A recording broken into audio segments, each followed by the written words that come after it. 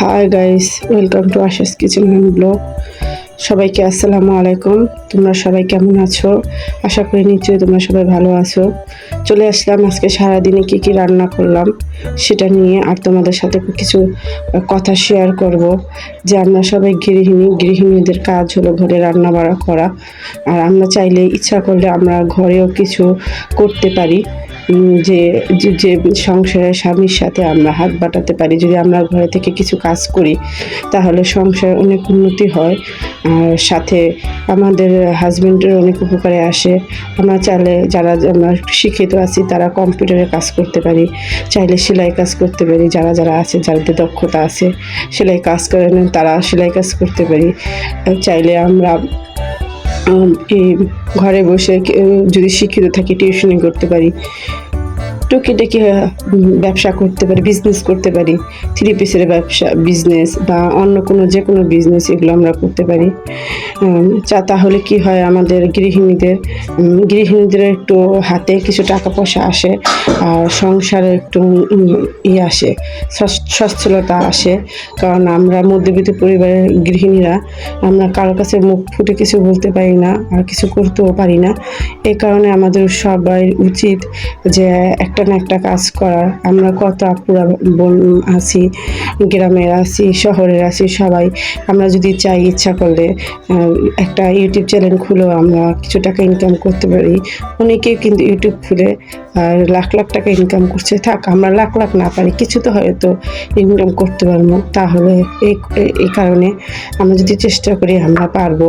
মেয়েরা পারেন এমন কোনো জিনিস নেই, মেয়েরা মা ও মেয়ের জাত, মেয়েরা সবই পারে। চেষ্টা থাকলে, পরিশ্রম করলে অবশ্যই সফল আসবে। আমরা চাইলে ঘরে যেমন সংসার করি, তার সাথে যে আমরা চ্যালেঞ্জ চালাচ্ছি, অনেক কষ্টের মধ্যে দিয়ে কিন্তু আমরা একটা চ্যালেঞ্জ চালাই, একটা ভিডিও বানাই। এই একটা ভিডিও বানাতে কত কষ্ট হয় আমাদের, তার মধ্যেও কিন্তু আমরা ভিডিও বানাই, প্রতিনিয়ত দিচ্ছি, মানুষের ভিডিও দেখছি। এই কারণে কিন্তু আমাদের এভাবেই তোমরা চাইলে একটা চ্যানেল খুলে নিজেরা কিছু ইনকাম করতে পারো। চাইলে অনেক কিছু করেই আমরা, যারা কাঁথা সিলাইতে পারি তারাও যদি কাঁথা সিলাই ঘরে বসে, তাহলেও কিছু টাকা ইনকাম হয়। এভাবে চাইলে আমরা ইনকাম করতে পারি ঘরে বসে মেয়েরা। তারপর অনেকে ফাস্টফুড বিক্রি করতে পারি, ফুড পান্ডায় ফাস্টফুডে বিক্রি করা যায়।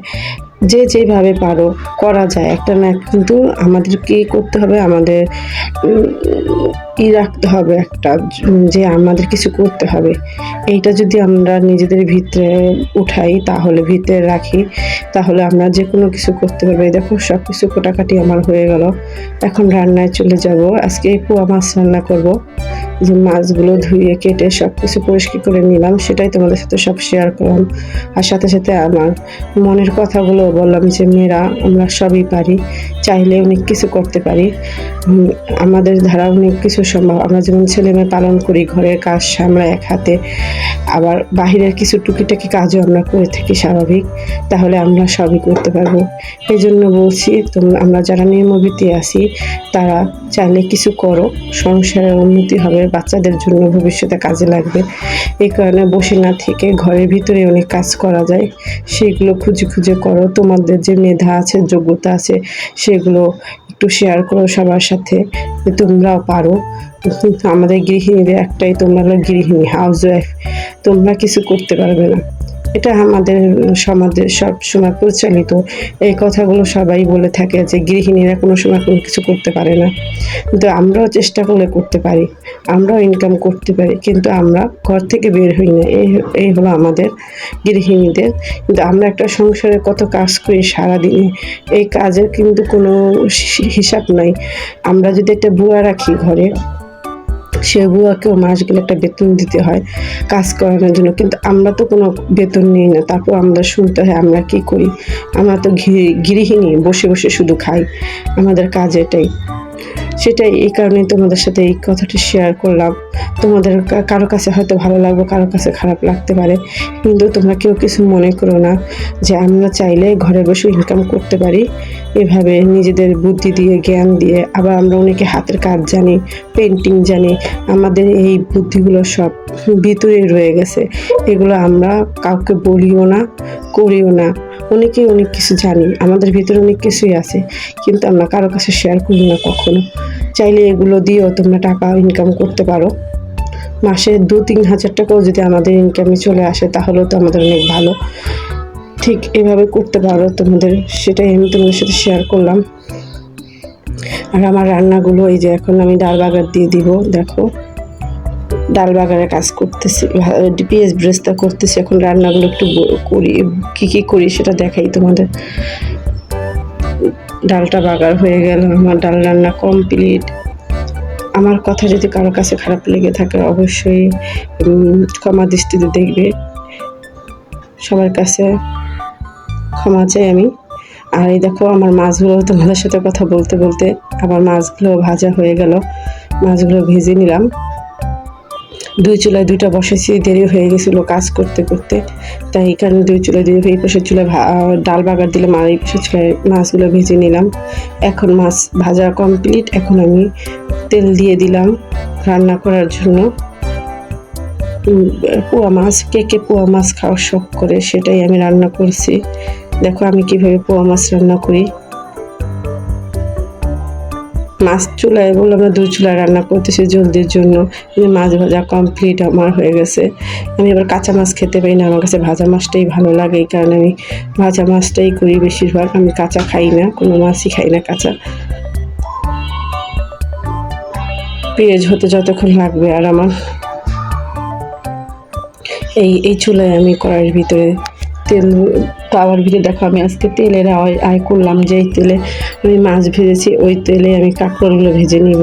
এটা কিন্তু আয়, এই তেলটা কিন্তু আমি রাখতে পারতাম না, হয়তো মাছ রান্না করতে হতো বা অন্য কিছু করতে হতো বা ফেলে দিতে দেওয়া লাগতো আমার, কিন্তু আমি না ফেলে এই তেলের ভিতরে কিন্তু কাঁকরোলগুলো ভেজে নিলাম। আমরা চাইলে ছোট ছোট কিছু দিয়ে আমরা সংসারের খরচ বাঁচাতে পারি এভাবে। আমাদের সবারই খরচটা একটু বুঝে শুনে করতে হবে, তাহলে আমরা কিছু টাকা যদি আমরা রাখতে পারি তাহলে ভবিষ্যতে বাচ্চাদের কাজে আসবে।